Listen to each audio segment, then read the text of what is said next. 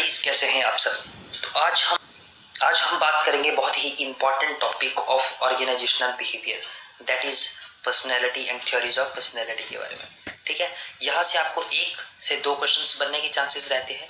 आज के इस सेशन में हम थ्योरीज ऑफ पर्सनैलिटीज देखेंगे और नेक्स्ट सेशन में हम पर्सनैलिटी की डेवलपमेंट और पर्सनैलिटी मेजरमेंट के ऊपर बात करेंगे। वहां से भी आपको एक आधा क्वेश्चन बन जाता है। तो मतलब 2 सेशन में हम इस अपनी पर्सनैलिटी के जो टॉपिक है उसको कंप्लीट करेंगे। नेक्स्ट के जो 3-4 दिन है उनमें हम ओबी के कुछ इंपॉर्टेंट टॉपिक्स को कवर करने की कोशिश करेंगे। क्लियर? इतना मैं आपको बताता चलूंगा। तो ओके, तो आपने कई बार खुद अपनी लाइफ में ऑब्जर्व किया होगा, एक्सपीरियंस किया होगा कि जब भी कोई पर्सन आपके सामने से वेल ड्रेसअप होके कोई पर्सन गुजरता है तो आपके मुंह से एक शब्द या एक लाइन निकलती है कि wow what a personality. That means, तो इसका मतलब क्या, जो आज तक हम समझते आए हैं कि किसी पर्सन की एक्सटर्नल अपीयरेंस उसकी पर्सनैलिटी को बताती है, ये क्या ये सच बात है या इसके अलावा भी पर्सनैलिटी का कुछ और मतलब है, कुछ और एक्चुअल मीनिंग है? तो वही आज हम देखेंगे। इससे पहले हम ये समझ लेते हैं कि पर्सनैलिटी जो वर्ड है वो आया कहाँ से। This come from Latin word that is persona. Clear? और जिसका की मीनिंग है टू स्पीक थ्रू। मीन्स कि पर्सोना मतलब पर्सनैलिटी, पर्सनैलिटी मतलब टू स्पीक थ्रू, जो कि कुछ बताती है, जो कि कुछ दर्शाती है, या जिसके द्वारा कोई पर्सन जो है वो कुछ बोलता है, कुछ अपने बारे में बताता है, वो होती है पर्सनैलिटी। और इसको हम होल मैन कॉन्सेप्ट बोलते हैं। क्या बोलते हैं इसको? Whole man concept, because it affects various psychological process. अब इसके बोलने का मतलब क्या हुआ वो हम यहाँ से समझते हैं, इस डायग्राम से समझते हैं। सपोज करो ये आपकी कोई दीवार है और यहाँ पे आपकी ये ब्रिक्स हैं। ठीक है, तो एक अकेली ब्रिक जो होगी, अगर उसको हम इंडिविजुअल बिहेवियर के साथ कंपेयर करें, मींस कि उसको हम इंडिविजुअल कैरेक्टरिस्टिक के साथ कंपेयर करें, ठीक है, चाहे फॉर एग्जांपल चाहे उसकी perception, learning, motivation, attitude, values, emotional intelligence या कुछ और। ठीक है, तो ये सारे क्या है, हर एक बंदे की इंडिविजुअल कैरेक्टरिस्टिक्स हैं कि what is his perception, what is his motivation, what is his learning, है ना। तो ये सारी क्या है, इंडिविजुअल एस्पेक्ट है, उसकी इंडिविजुअल कैरेक्टरिस्टिक्स है। जब इन सभी ब्रिक्स को हम मिला देंगे, जब इन सभी कैरेक्टरिस्टिक्स को हम मिला देंगे तो हमें क्या देंगे, वो हमें देंगे पर्सनैलिटी। तो अब आपको ये समझ आ रहा होगा कि सिर्फ और सिर्फ बंदे की एक्सटर्नल अपीयरेंस ही पर्सनैलिटी नहीं है। यस, ये सही है कि बंदे की एक्सटर्नल अपीयरेंस भी आपकी पर्सनैलिटी का कुछ हिस्सा बनाती है, बट वो हिस्सा जो है वो बहुत बहुत कम है, that is less than 1%। Clear? तो इसका मतलब जो पर्सनैलिटी का जो एक्चुअल मीनिंग है, तो अगर आपसे कोई पूछता है कि what do you mean by personality, तो आपको कहना है कि it is the set of Keras of your behaviour, of your cognition and of your emotional patterns that evolve from biological, social and environmental factors। means कि किस तरह आप behave करते हो, किस तरह आप सोचते हो, that is cognition, और किस तरह आप अपने इमोशंस को मैनेज करते हो। और ये जो जितना भी आपका बिहेवियर और थिंकिंग एबिलिटी और इमोशनल एबिलिटी है, ठीक है, वो कैसे बनती है, that evolve from कि आप कौन से एनवायरमेंट में रह रहे हो, ठीक है, आप कौन से सोसाइटी में ग्रो हुए, आप कौन से एनवायरमेंट में किन एलिमेंट्स के साथ इंटरेक्ट हुए, ये सारी चीजें जो है वो आपके बिहेवियर को बनाती हैं। ठीक है, सो we can say in one line कि personality is how you act and react in a given situation. Means your behaviour, in one word we can say the meaning of personality is your behaviour, that is how you act and react in a given situation. तो ये आज से हमें इसका actual meaning समझ आया। Clear? तो अब हम जो हमारा अब एग्जामिनेशन पॉइंट ऑफ व्यू से जो हमारे लिए सबसे इंपॉर्टेंट है वो है इसकी थ्योरीज। तो ये आपके सामने 4 थ्योरीज रखी हुई हैं। इन 4 थ्योरीज में भी सबसे ज्यादा इंपॉर्टेंट है आपके लिए वो है फर्स्ट एंड द फोर्थ। पहली थ्योरी आपकी है psycho analytic theory, that was given by Sigmund Freud in 1949। Clear? और जो फोर्थ थ्योरी है जिसका नाम है self theory, and that was given by Carl Rogers. और इसके अलावा second and the third that is socio psychological theory given by Karen Horney और ट्रेट थ्योरी। ठीक है, तो ये 2 थ्योरीज इंपॉर्टेंट नहीं है इनके बारे में, बट स्टिल एक लाइन हम जरूर देख लेंगे कि इसका मीनिंग क्या है। बाकी फर्स्ट और फोर्थ थ्योरी से आपको क्वेश्चन बनता है, तो उन्हीं को हम ज्यादा फोकस करेंगे बहुत शॉर्ट में और बहुत स्पेसिफिक वे में। ओके, तो psycho analytic theory, Sigmund Freud ने बोला, ये कहते थे कि जो पर्सनैलिटी है वो 3 तरह की होती है। ठीक है, क्या बोला, सिगमंड फ्रॉइड बोलते थे कि कोई भी पर्सन है उसके अंदर 3 तरह की पर्सनैलिटीज होती है, उन्होंने पर्सनैलिटीज को डिवाइड कर दी है 3 टाइप में, ठीक है। तो एक बोला उन्होंने, एक आईडी, एक ईगो और एक सुपर ईगो। अब आपको ये ध्यान रखना है कि ये वो वाला ईगो नहीं है जो आज तक हम सुनते आए हैं कि उस बंदे के अंदर बहुत ज्यादा ईगो है, मीन्स कि ये मैं ही कर सकता हूँ और कोई नहीं कर सकते इसका। It is not that ego, ये कुछ और डिफरेंट ईगो है, क्लियर। तो क्या कहा सिगमंड फ्रॉइड ने, कहा कि there are 3 types of personalities, कौन कौन सी, id, ego and the super ego. Means किसी भी पर्सन में इन तीनों में से कोई एक पर्सनैलिटी होगी। तो अब आईडी पर्सनैलिटी कौन सी होती है, एक ऐसी पर्सनैलिटी जिसमें ये जिस पर्सन की पर्सनैलिटी आईडी वाली होगी उसको क्या होगा, उसका जो बिहेवियर होगा वो इमीडिएट ग्रेटिफिकेशन वाला होगा, इमीडिएट सेटिस्फेक्शन वाला होगा, मीन्स, और उसकी जो नीड्स होंगी वो बायोलॉजिकल और इंस्टिंक्चुअल नीड्स होंगी। अब बोलने का मतलब क्या है, सिंपल भाषा में समझो कि कोई एक पर्सन जो अपनी नीड्स को पूरा करने के लिए उसको इमीडिएट सेटिस्फेक्शन चाहिए। सपोज अब ये कितना टाइप की होती है, इसको हम यहाँ से, I will explain you with some example. जैसे 2 तरह की आपकी नीड्स होती है, जैसे लाइफ इंस्टिंक्ट्स और डेथ इंस्टिंक्ट्स। लाइफ इंस्टिंक्ट्स मतलब लाइफ की जो नीड्स हैं, जो जिनके लिए आपको इमीडिएट ग्रेटिफिकेशन चाहिए, सेटिस्फेक्शन चाहिए, जैसे हंगर, थर्स्ट, सेक्सुअल प्लेजर्स, और डेथ के लिए आपका फियर, ठीक है। अब यहाँ से समझो, सपोज आपको बहुत ज्यादा भूख लगी है, या बहुत ज्यादा आपको प्यास लगी है, या बहुत ज्यादा सेक्सुअल प्लेजर्स आप बियर करते हो, तो उनके लिए आपको इमीडिएट सेटिस्फेक्शन चाहिए होती है जब आपको भूख लगती है। और अगर आपको उसके लिए इमीडिएट सेटिस्फेक्शन चाहिए, you are not be able to control yourself, you just want immediate satisfaction, तो समझ जाओ कि आपका जो है वो, आपकी जो पर्सनैलिटी वो है कौन सी है, वो है id personality. Means you are unconscious. इस पर्सनैलिटी में जो पर्सन होता है वो क्या होता है, unconscious. This is very very important examination point of view से। तो आपको 3 चीजें याद रखनी है कि इमीडिएट ग्रेटिफिकेशन यहाँ पे चाहिए होता है, उसकी जो नीड्स होती है वो बायोलॉजिकल नीड्स होती हैं, और उसका जो वो क्या होता है, अनकॉन्शियस होता है कि वो क्या कर रहा है। क्लियर, इतना समझ आ गया। अब इसको हम कंपेयर करेंगे, वैसे वैसे आपको समझ आता जाएगा। ईगो क्या और कौन सी पर्सनैलिटी होती है। ईगो में क्या होता है, जो पर्सन होता है वो कॉन्शियस होता है, मीन्स उसकी जो ह्यूमन पर्सनैलिटी होती है वो लॉजिकल होती है, वो लॉजिकली रीजनिंग के साथ जो है वो सोचता है, ठीक है। And he is associated with reality principle, means वो रियलिटी को देख के चलता है, वो रियलिटी को देखता है और फिर उसके हिसाब से एक्ट करता है। तो जैसे हमने अभी पढ़ा कि while ID want immediate pleasure, तो जो ईगो है वो क्या करता है, वो पोस्टपोन करता है उस डिजायर को to some more appropriate time और अ प्लेस, या तो फिर उसको डिनाई कर देता है। Suppose I am giving an example ये है कि सपोज जैसे आपने कई बार सुना होगा या देखा होगा कि कुछ लोग होते हैं जो कि फाइनेंशियली बहुत ज्यादा स्ट्रांग होते हैं, बहुत ज्यादा फाइनेंशियली तो वो बहुत सक्सेसफुल हो गए होते हैं, बट फिर भी they are not be able to control their sexual pleasures, और वो इन कामों में इंडल्ज हो जाते हैं और दे गलत स्टेप्स वो उठा लेते हैं। तो means they are not be able to control their sexual pleasures, their biological instincts, you know, जिस वजह से वो अनकॉन्शियस हो जाते हैं। और क्यों, क्योंकि उनको इमीडिएट सेटिस्फेक्शन चाहिए होता है। सो ये वाली जो स्टेज है ये है आईडी पर्सनैलिटी की, जो कि एक बहुत खतरनाक स्टेज है, जो कि नहीं होनी चाहिए हमारे अंदर। और दूसरी जो है वो है ego.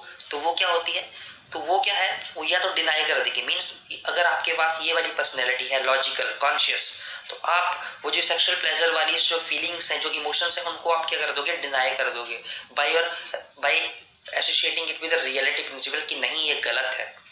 You are thinking with your logical part of your brain.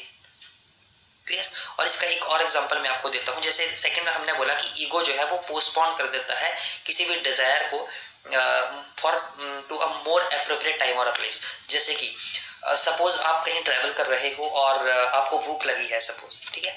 तो क्या है, अगर आपको पता है कि यहाँ से अगर मैं 10 किलोमीटर और आगे जाऊंगा तो वहां पे एक बहुत अच्छा सा रेस्टोरेंट है जहाँ पे हेल्दी फूड मिलता है। तो यहाँ पे आप क्या कर रहे हो, अपने डिजायर को, अपनी नीड को, ठीक है, ये यहाँ पे भी आपकी बायोलॉजिकल नीड है, आपको भूख लगी है, तो आप अपनी नीड को क्या कर रहे हो, पोस्टपोन कर रहे हो मोर एप्रोप्रिएट टाइम एंड प्लेस के लिए, कि वहां पे आपको पता है कि एक ऐसी अप्रोप्रिएट प्लेस है जहाँ पे हमें अच्छा खाना मिलेगा, ठीक है, कॉस्ट बेनिफिट मिलेगा हमें, ठीक है। तो आप जो है पोस्टपोन कर रहे हो अपने डिजायर को, अपनी नीड को, by associating it with reality principle, ठीक है, लॉजिकल पार्ट, कॉन्शियस पार्ट से सोच के। तो ये वाला जो पार्ट है ऑफ योर पर्सनैलिटी, इसको बोलते हैं ईगो। क्लियर हो गया। And the third is your super ego. Super ego क्या है? It represent social and personal norms, means it serve as an ethical constraint on behavior, or it described as the conscience, and it was developed by the absorption of cultural values and norms and society। Simple सी बात समझो, super ego का बोलने का मतलब है कि जिस सोसाइटी में आप रहते हो, ऑब्वियस ही बात है उस सोसाइटी में कुछ नॉर्म्स होते हैं, तो आप उन नॉर्म्स के अंदर रह के ही अपने कुछ डिसीजंस और कुछ अपना बिहेवियर शो करते हो। क्लियर। तो मीन्स उसके आपके बिहेवियर के ऊपर आपकी उस सोसाइटी के नॉर्म्स का एक एथिकल कंस्ट्रेंट आ जाता है, ठीक है। और ये कैसे होता है? Means describe as a conscience. Conscience का मतलब है कि आपको समझ आ जाती है कि what is right and what is wrong, you know the difference between right and wrong. Clear. और इसका जो बेस रहता है वो रहता है सोसाइटी में जो भी आप या आपके कल्चर में जो भी आपको कुछ आप सीखते हो, वहां पे अपनी सोसाइटी के नॉर्म से, कल्चरल वैल्यूज जो आप सीखते हो, उसके बेस के ऊपर आप ये डिसाइड करते हो कि क्या सही है क्या गलत है। बिकॉज आपने कई बार देखा होगा कुछ सोसाइटीज में जो है वो इंटरकास्ट मैरिज बिल्कुल भी अलाउ नहीं है, तो उनके लिए जो एक परसेप्शन है, जो उनका एक कंसाइंस, उनका जो एक नजरिया बन जाता है वो ये कि इंटरकास्ट मैरिज सही नहीं होती है। क्यों? बिकॉज उनके सोशल नॉर्म्स कहलाते हैं ऐसे या बोलते हैं ऐसे। तो वो हो गई उनकी सुपर ईगो, ठीक है। क्लियर हो गया। तो ये तीन तरह की पर्सनैलिटीज होती हैं। दूसरा हमने पढ़ा था सोशियो साइकोलॉजिकल थ्योरी, तो ये बहुत ज्यादा हम डिटेल में नहीं देखेंगे, एक ही स्लाइड में इसको कवर करेंगे। जैसा मैंने बताया, अब यहाँ पे दो वर्ड हैं, साइको एनालिटिकल थ्योरी हमने पढ़ी, अब ये दूसरी है सोशियो साइकोलॉजिकल थ्योरी। तो यहाँ पे सोशियो वर्ड नया आ गया, साइकोलॉजिकल तो वही रहेगा। दैट मीन्स यहाँ पे इंटरडिपेंडेंस है of the individual and the society. Socio मतलब सोसाइटी, साइको मतलब इंडिविजुअल। मीन्स तो यहाँ पे इस डायग्राम से समझने की कोशिश करते हैं कि ये आपकी सोसाइटी है और इस सोसाइटी में एक ये कोई पर्सन रहता है, ठीक है, और वो जो बिहेव करेगा तो वो बिहेव करेगा अपनी सोसाइटी की नीड्स को मीट करने के लिए, कि उसकी सोसाइटी के नॉर्म्स के हिसाब से क्या चाहिए, वो उन नीड्स को मीट करने के लिए मेहनत करेगा और ये जो सोसाइटी है उस इंडिविजुअल की हेल्प करेगी to achieve it's goal.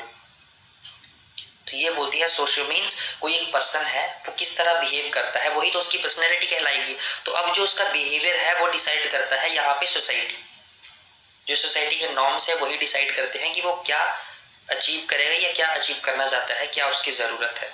Clear. और यहाँ पे जो पर्सन होता है वो क्या होता है? कॉन्शियस होता है। जैसे कि हमने पीछे वाली थ्योरी में पढ़ा आईडी, ईगो और सुपर ईगो में, तो हमने इसमें पढ़ा कि अनकॉन्शियस होता है बंदा, यहाँ पे कॉन्शियस होता है और यहाँ पे भी कॉन्शियस होता है। Clear. And the third theory is trait theory, और it is an quantitative approach of personality. Means कि कुछ हर एक पर्सन के कुछ अपने ट्रेट्स और कैरेक्टरिस्टिक्स होते हैं जो कि उसको एक दूसरे से अलग बनाते हैं। जैसे आपका, जैसे सपोज कोई एक इंडिविजुअल है, उसमें सेल्फ कॉन्फिडेंस है, उसमें सेल्फ अवेयरनेस है, उसमें इमोशनल अवेयरनेस है, उसमें डिसिप्लिन है, तो ये सारे उसके ट्रेट्स है जो कि उसको अलग बनाते हैं किसी दूसरे पर्सन से। ठीक है जी। एंड द लास्ट जो कि आपके लिए मोस्ट इंपॉर्टेंट है, दैट इज सेल्फ थ्योरी। आपके एग्जामिनेशन पॉइंट ऑफ व्यू से इसको हम ऑर्गेनिज्मिक और फील्ड थ्योरी भी बोलते हैं। ठीक है जी। और इसमें चार चीजों के बारे में बात हुई है, that is self image, ideal self, looking glass self और रियल सेल्फ। अब आपको उनके नाम याद होने चाहिए पहली बात तो, और ये अब है क्या वो मैं अभी आपको आगे बताता हूँ 2 मिनट के अंदर अंदर, बट स्टिल आपको पहले इनके नाम पता होने चाहिए कि सेल्फ थ्योरी में ऐसे कौन सी चार सेल्फ्स के बारे में बात हुई है। तो सबसे पहली है आपके पास self image, then ideal self, then looking glass self and then real self. Self image, आप अपने बारे में क्या सोचते हो, the way one sees one self. कोई पर्सन अपने बारे में कैसे क्या सोचता है, ठीक है। Every person has certain beliefs about who और व्हाट ही इज। तो जैसे आप भी होंगे, आपके भी अपने बारे में कुछ मिथ्स होंगे, कुछ विचार होंगे कि हाँ मैं इस तरह का पर्सन हूं। क्लियर। तो उसको बोलेंगे कि वो क्या है, सेल्फ इमेज। दूसरा ideal self. Ideal self means मेरा आइडियल कौन है, या मैं अपना मेरा आइडियल ये है और मैं इसकी तरह बनना चाहता हूँ क्योंकि मुझे लगता है कि यही एक आइडियल पोजीशन है। Means the way one should like to be. ठीक है। मैं अभी क्या हूँ, मैं अभी इस पोजीशन पे हूँ और मुझे JRF करके प्रोफेसर लगना है, तो मुझे लगता है कि ये प्रोफेसर जो है वो आइडियल पोजीशन है। This is called as ideal self. कुछ लोगों के लिए आइडियल सेल्फ है कि मुझे बैंकर बनना है, कुछ लोगों के लिए आइडियल सेल्फ है कि मुझे सिंगर बनना है, म्यूजिशियन बनना है, पेंटर बनना है, बिजनेसमैन बनना है, एंटरप्रेन्योर बनना है। तो the way one would like to be मतलब means the ideal position as perceived by him, जो उसको लगता है कि मेरे लिए वो है, वो आइडियल पोजीशन है। क्लियर हो गया? तो उसको बोलेंगे आइडियल सेल्फ। थर्ड आपके पास आती है looking glass self. Looking glass self बोलता है the perception of the person about how others are perceiving his qualities और कैरेक्टरिस्टिक्स, कि लोग जो है वो उसकी क्वालिटीज और कैरेक्टरिस्टिक्स को किस तरह परसीव कर रहे हैं। The person of the person about how others are perceiving his qualities, उस बंदे की पर्सन। सपोज अगर मैं अपने बारे में बात करूं तो मेरी परसेप्शन दूसरे लोगों के प्रति कि वो किस तरह मुझे परसीव कर रहे हैं, मेरी क्वालिटीज को। अगर नहीं समझ आया तो एक और अच्छे तरीके से समझाता हूं, पहले इसको थोड़ा सा देख लो ना। This is the perception of others perception, that is the way one thinks people perceive about him and not the people actually see him. Means suppose यहाँ पे ये कोई आपका मिरर लगा है और यहाँ पे आप खड़े हो, ठीक है, और ये मिरर के सामने आपकी मिरर इमेज है। अब यहाँ पे एक्चुअल में तो आप एक ही पर्सन हो, ये आप हो और ये आपकी ही मिरर इमेज है, बट यहाँ पे जो एक्सप्लेन किया गया है वो ये किया गया है कि सपोज ये आप हो और ये क्या है, ये आपकी सोसाइटी है या कोई अदर पर्सन है। क्लियर है? तो आप the way one think people perceive about him, आपका क्या नजरिया है या आप क्या सोचते हो कि ये पर्सन आपके बारे में क्या सोच रहा होगा, ठीक है, and not the way people actually see him. But आप ये असल में नहीं जानते होंगे कि एक्चुअल में बंदा ये आपके बारे में क्या सोच रहा है। फॉर एग्जाम्पल मैं आपको एक एग्जाम्पल के थ्रू समझाता हूँ। आपको लगता है कि आप बहुत अच्छा गाते हो, ठीक है, और आपको लगता है कि सामने वाला पर्सन अगर ने मुझे बोला कि आप बहुत सुंदर हो देखने में, तो इसका मतलब मैंने ये मान लिया कि सामने वाले बंदे को लगता है कि आई एम वेरी स्मार्ट, ठीक है। तो ये मेरी परसेप्शन है दूसरे बंदे के बारे में कि मुझे लगता है कि उसको लगता है कि मैं बहुत सुंदर हूँ। This is called as looking glass self. But क्या एक्चुअल में मैं सुंदर हूँ? हो सकता है कि वो मुझे खुश रखने के लिए ऐसा बोल रहा हो, एक्चुअल में वो अपने अंदर कुछ और बोल रहा हो या कुछ और समझता हो। तो एक्चुअल में कोई कैसा क्या सोचता है वो यहाँ पे नहीं बात है, बट हम क्या सोच रहे हैं उसके बारे में कि वो हमारे बारे में क्या सोचता है, उसको बोलते हैं लुकिंग ग्लास सेल्फ। अब आई थिंक सो कि बहुत ज्यादा कॉम्प्लिकेट ना हो, तो इसलिए मुझे लगता है क्लियर हो गया होगा। And the real self is what one really is. और रियल सेल्फ होते हैं कि एक्चुअल में बंदा क्या है। अब ये कैसे पता लगेगा?